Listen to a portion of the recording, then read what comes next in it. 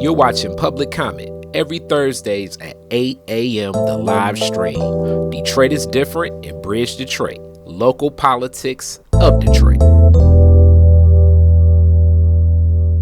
Now, our next topic is something that's been in talks through the city of Detroit, I think, since I was a child, and that's demolition contracting and the cost of demolishing structures, homes, buildings throughout the city of Detroit, and what's fair and how that spending is happening and moving along. Uh, Council members were grilling the top lawyer. The council of Conrad Mallett, as we know, about the discussion sparked by demolition contracts paid for with federal pandemic relief funds. So that's that ARPA funding. The council voted to approve 16.6 million in demolition funding across a dozen contracts opposed by James Tate, Santiago-Romero, and Whitfield Calloway. Corporation Counsel Mallett said the demolition department has so far collected $978,144 through legal proceedings. Lawsuits were filed against 17 property owners to demand payment for demolition work, Mallett said. So I know you're going to get more context to this, but this is one of those discussions that just looms in Detroit. Demolition, how things are demolished, who's paying for it, the bills and the taxes being associated with demolished properties, which sometimes can be looked at like this. It's like, as I live in a neighborhood where oftentimes homes are going to be demolished, and flipping that bill oftentimes is being sent to some taxpayer, somebody that clearly has abandoned said property or structure. You know what I'm saying? So it's back to space needing to be demolished or condemned and demolished and what that goes through. And I have a special guest and someone you should talk to that's being said like, hey, they're saying my property should be condemned and demolished, but I don't think so. Um, and then you have another person that's like, barely keeping this going, but public safety, as we know, the big fight that really was the thing to usher in the executive action of Mayor Duggan was fighting blight. At the time, I mean, I don't know if people remember this, but the discussions of ruin porn. With Phil Cooley, my homie Phil Cooley, shout out Phil. I ain't seen him in a minute, but Phil Cooley would talk about, how people would come from across the world to to experience the ruin porn in Detroit. I mean, these are not talking points current, but this was a talking point, at the start of the executive body of Mayor Duggan.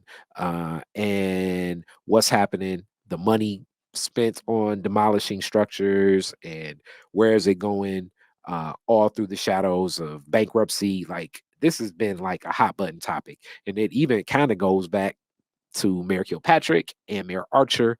I'm pretty sure it may have been around sometimes with Mayor Young. I was just too young to remember, but it's been a discussion oftentimes where council and mayor have had um, some different looks at the accounting, the practices, the execution of demolition. So let's get you to break down some of what's happening here, my brother. Yeah, I mean, like you said, this has been something that's been simmering for a while through the American Rescue Plan Act, the federal pandemic relief. Detroit was injected with like $800 million to use on a lot of things, but demolition has been one of the big spending categories. So every week we see, millions of dollars in demolition contracts getting approved by the city council, and it's made a big difference in, I think, to what you were speaking to earlier about, like, people were just kind of sitting on demo orders for a long time. They were getting that, that charge from the city that something needed to come down, and either people didn't have the money for it or they had long abandoned the property, and that, it wasn't coming down. It was basically standing there and kind of getting worse and causing issues for folks in the area. So, the Doug administration has said that the ARPA funding has really helped them address that problem directly and get in there and start tearing down these houses in a really aggressive way.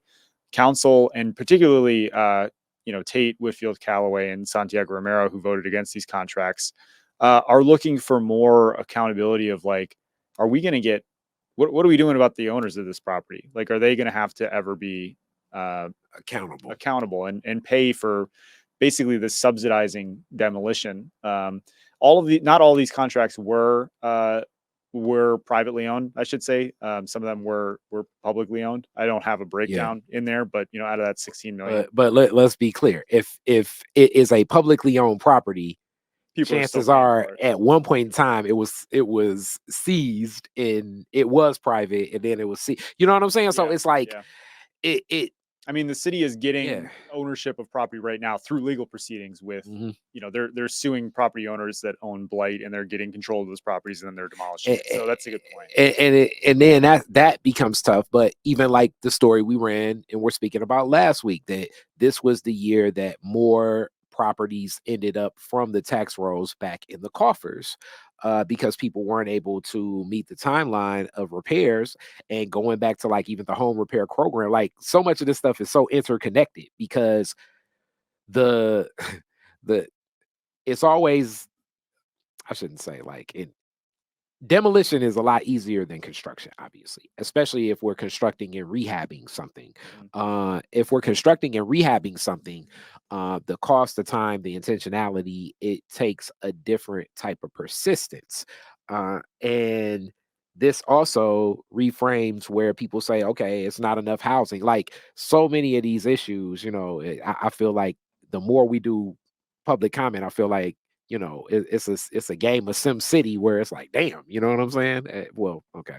First off, it was this game called Sim City that nerds like me used to play like way back in the day, Yeah, where it's like, you like replicate running a city. So you'd be like, oh, I'm gonna put this here and I'm gonna put the airport right by here, and then like you would have people protesting because it's like I don't want to live next door to an airport and things like that. So it's like everything is so interconnected in community. Hence, more of the relationships are so needed to be healed about the whole scope of this, because in this I think there are certain people that are losing in houses where they should be, like hence people like me as the neighbor in this. It was a lot of houses that ended up on the tax rolls that I think people would have rather been in, so hence let them stay in the houses. Taxes, we know, were overassessed. This is one of the most hot button issues that since we both met, and under the whole ARPA funding, that the community said ARPA funding should go back to pay back people that were overassessed in tax, which goes back to the lead counsel of Conrad Malice saying, nope, we can't send money directly to residents, but you can send money to demolish these same properties that possibly were overtaxed from residents. You know what I'm saying? So it's it's a it's it's so many discussion points on this that sometimes just lead to so many people just having apathy of the whole system. Like, oh man, everything's against us. I just give up on the whole thing. And mhm. then people on the inside are like, no, but it's layers and we can do some things. So issues like this present itself because this definitely leads for people such as myself more along the line of community to say, well, damn, if we can pay a demolition contractor, even though I know that's more pennies on the dollar, why can't we pay people back for the money that was overtaxed? Why do we have to go through like, okay, well, then that's breaking state code and you got to go through things in the state budget and then it could even go up to the federal Supreme Court. But to demolish things is questions about this. I think the number really to watch on this too, totally. We definitely talk about all of that quite a bit. I think when it comes to are we getting the money back from these demo contracts, the number to watch is at 30%, right? So we've recovered about 30% of what we spent on commercial demolitions so far through legal proceedings and suing these landlords and getting court orders to have us get paid back. Is that going to get to 100%? Is it going to get to 50%? Is it going to 75%? Right. I think that's what city council is really going to be looking for. This is going to take a lot of time. The demolition is ongoing. We have ARPA funds to spend for a couple of years still, and then these court cases themselves can take 10 months to a year to resolve. Right. So that's something just to kind of keep an eye on. That's what I'm going to be kind of watching. Are we getting? Are we recovering what we're spending on this from the folks that arguably should be putting the bill, footing the bill in the first place, right? Yeah, and then this comes out of money, ARPA money that was meant to infuse options connected to the the impacts of COVID-19 in a city like Detroit. Yeah. So It's really interesting to me, like what qualifies as being a pandemic relief. impact and what Yeah. doesn't, right? Like, I don't know. That's not up for me to decide, obviously, but it's a big umbrella, you know. And then yet at other Yeah. times it's not, and there are certain things that like can't be used, and you're kind of like, well, why? Well, once again, I know we went a little overtime with this one, but I figured we were going to go overtime with these three topics. Stay tuned for public comment every Thursday, 8 a.m. We try to button it up within that 20 minute. We're going to make that 20 minutes. And also make sure you're reading Malachi's notebook. It was a couple other stories we were thinking about, something also housing related, more federal, talking about HUD and what HUD needs to be invested in the fair share in Detroit, things like that.